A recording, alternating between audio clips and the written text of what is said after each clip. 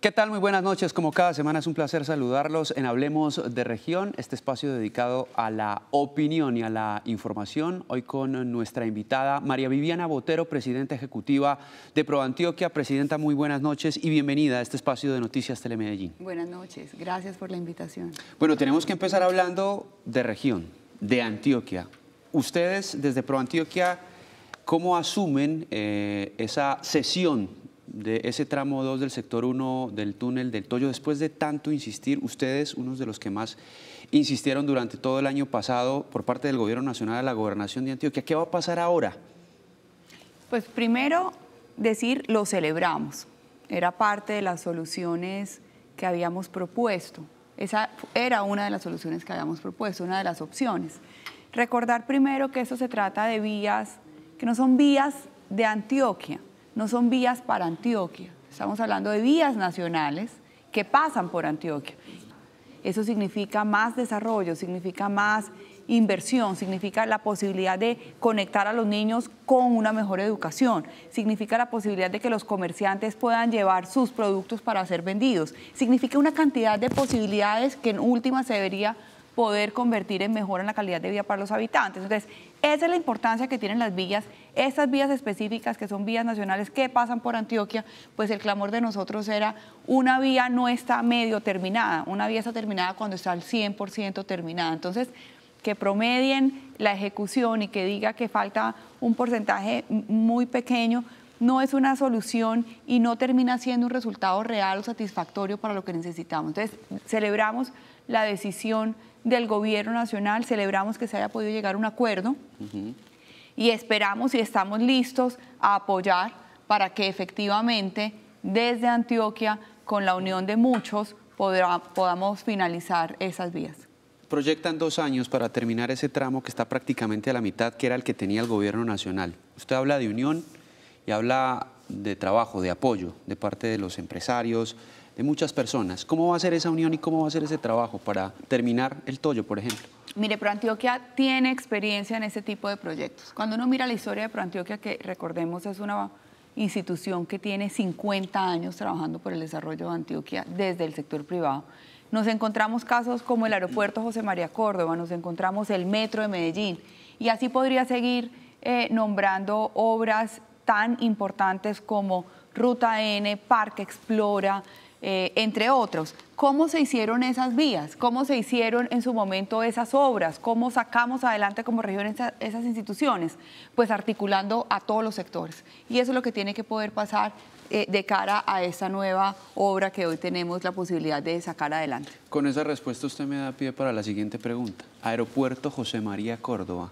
Todo el mundo habla de la necesidad imperiosa de una segunda terminal, de una segunda pista. ¿Ustedes qué visión tienen de ello? Se debe mirar el caso del aeropuerto José María en clave con el aeropuerto Laya Herrera, primero. Segundo, hemos sido claros y hemos sido enfáticos en decir la discusión sobre la segunda pista la tendremos que dar, pero primero lo primero. Lo primero es necesitamos, y no es un capricho, así lo dicen los números, necesitamos una segunda terminal en el José María. Hoy la demanda está absolutamente sobreabordada. Hoy lo vemos nosotros, los usuarios, ni siquiera hay que ver muchísima gente cifras, viajando. O sea, los baños, dónde están las personas sentadas, no hay espacio suficiente, entonces la necesidad de una segunda terminal. Y por supuesto la discusión sobre la segunda pista habrá que darla, pero primero y más urgente la discusión sobre la segunda terminal. Yo creo que esto necesariamente implica una discusión que tenemos que ser conscientes que va a ser una discusión que vamos a iniciar hoy y que probablemente vamos a ver ejecutada en varios años.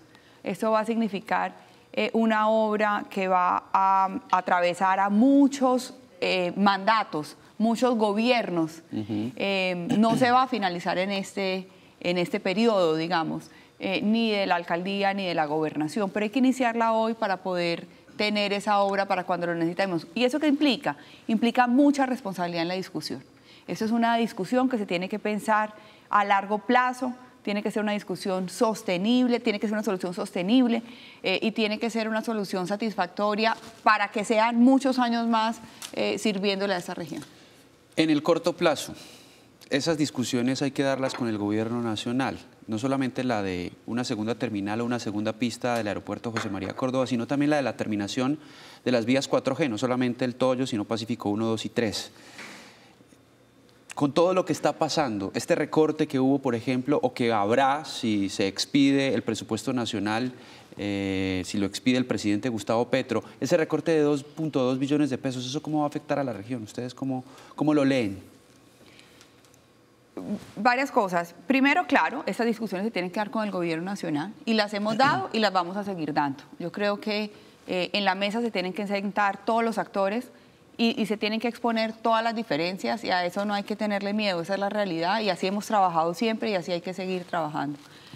Segundo, frente al presupuesto nacional, por supuesto nos preocupa el tema del presupuesto nacional, nos preocupa porque en últimas el recorte en el presupuesto lo que muestra es una menor inversión también. O sea, ¿por qué nos recortaron? Pues porque además es un recorte generalizado a todos los departamentos, hay que ser justo en eso, no solamente Antioquia. Pero en últimas es un reflejo de una situación de inversión que nos preocupa profundamente. Yo creo que eso pone además un debate sobre la mesa y es la necesidad. Luego de la pandemia lo que hemos visto es una recentralización administrativa. La Constitución del 91 habla claramente de que Colombia es un Estado unitario, pero es un Estado con descentralización. Y lo que hemos vivido todos, y en eso estamos de acuerdo absolutamente todos, es que luego de la pandemia nos hemos enfrentado a un proceso de recentralización administrativa, es decir, un afianzamiento del centralismo. Y yo creo que esa discusión alrededor de cómo potenciamos las regiones, cómo hacemos para que las regiones tengan mayor autonomía en lo que deben tener, sean unas regiones mucho más fuertes, hay que seguirla dando. Bueno, hablemos ahora de los programas que ustedes promueven, de los programas que ustedes impulsan. Hay uno a propósito de algo que va a pasar mañana en Medellín, y es la Donatón, Alianza Medellín Cero Hambre. Ustedes también promueven esto. ¿Cómo lo ven? ¿Cómo va? Mire, varias cosas. Yo creo que, primero, esa región y Medellín, Antioquia y Medellín, tienen muchas necesidades. Nosotros tenemos dificultades en deserción académica, nosotros tenemos dificultades en muchos frentes, pero el hambre es una necesidad urgente que no da espera. No da espera a que nos pongamos de acuerdo y hagamos discusiones.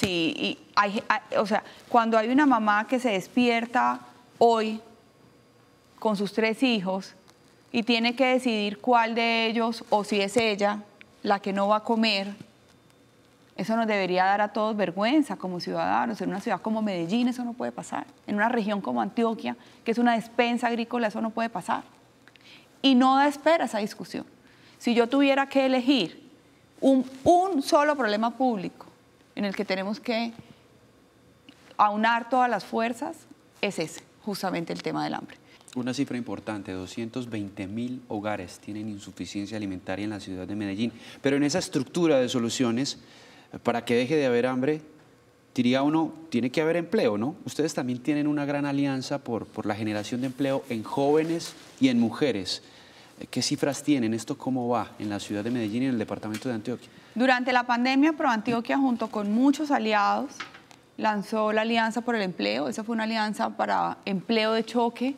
Ahí logramos 6.800 empleos y esta es la segunda versión de la alianza que tiene muchas primeras veces. Primera vez que se nos une el sector público, tanto la gobernación como la administración distrital, la alcaldía de Medellín se unen a la alianza. Es la primera vez que será una alianza de pago por resultados y va enfocado a 3.100 empleos dirigidos a jóvenes y mujeres. ¿Por qué jóvenes y mujeres? No por capricho. Jóvenes y mujeres porque son los grupos poblacionales con mayor índice de desempleo. Nos vamos a enfocar además en unos sectores específicos, sector hospitalidad, restaurante, hotelería, turismo, bilingüismo, unos sectores específicos básicamente porque son los sectores que se ha demostrado que tienen un mejor salario y ahí queremos apostar. Usted estaba hablando de jóvenes y a propósito de algo que ha ocurrido en la ciudad que a todos nos tiene sorprendidos, lo que pasó anoche en el estadio Atanasio Girardot. Hablábamos ahorita, extra micrófonos, de las posibilidades que hay a través, por ejemplo, de Pro Antioquia para estos jóvenes que en vez de estar en un estadio con armas pueden estar en otros programas. Por ejemplo, Medellín Musical. Ellos pueden llegar allí. ¿Cómo pueden hacerlo? ¿Qué balance tiene? ¿Cómo funciona este programa? Primero, pues lamentar lo que ocurrió ayer. No puede ser que en un espacio familiar, en un espacio de esparcimiento, se den ese tipo de comportamientos. Segundo, resaltar Pro Antioquia nuevamente, en unión con muchas otras instituciones, pues tenemos varios programas alrededor de los jóvenes. Los jóvenes no son el futuro, ahí estamos equivocados, los jóvenes son el presente y tenemos que apoyar a esos jóvenes en la realización de sus proyectos de vida. La pregunta de cómo hacemos para que el proyecto de vida de ese joven sea una realidad es una pregunta que siempre nos atraviesa en Pro Antioquia. Y ahí tenemos, en ese momento está abierta la convocatoria, por ejemplo, de un programa que se llama Emergentes, dirigida a jóvenes entre 18 y 28 años de las subregiones de Antioquia, líderes de sus subregiones para que los empecemos a formar en temas de liderazgo. Tenemos, por supuesto, liderario, enfocada también a personas que han demostrado una gran capacidad de liderazgo. Tenemos la Alianza por el Empleo de Jóvenes y Mujeres y tenemos muchos otros programas apuntándole, como ocurre en el caso de Pro Antioquia, a una convicción férrea que el presente es de los jóvenes y que lo que nos corresponde a las instituciones es apoyarlos para que sus sueños se hagan realidad. Presidenta, tengo que hacerle esta última pregunta. ¿Qué proyecta para el desarrollo de Antioquia? Yo proyecto un futuro, como siempre lo hemos pensado, brillante para Antioquia, luminoso. Esa ha sido una región que se ha pensado, que ha sido capaz de soñarse a largo plazo, que no nos hemos quedado aquí como corcho en remolino en el problema del día, sino que hemos sido capaces. Nos soñamos una Antioquia próspera, una Antioquia equitativa para todos sus habitantes, una Antioquia, por supuesto, sin hambre, una Antioquia con posibilidades para todos, donde los sueños de cada uno, cualquiera que sea el proyecto de vida de cada habitante de esa región, se pueda hacer realidad. Eso nos soñamos. María Viviana Botero, presidenta ejecutiva de Pro Antioquia, muchísimas gracias por acompañarnos esta noche en Noticias Telemedellín. Gracias a ustedes. A ustedes gracias. Ya regresa Diana Restrepo con más Noticias Telemedellín. Feliz noche.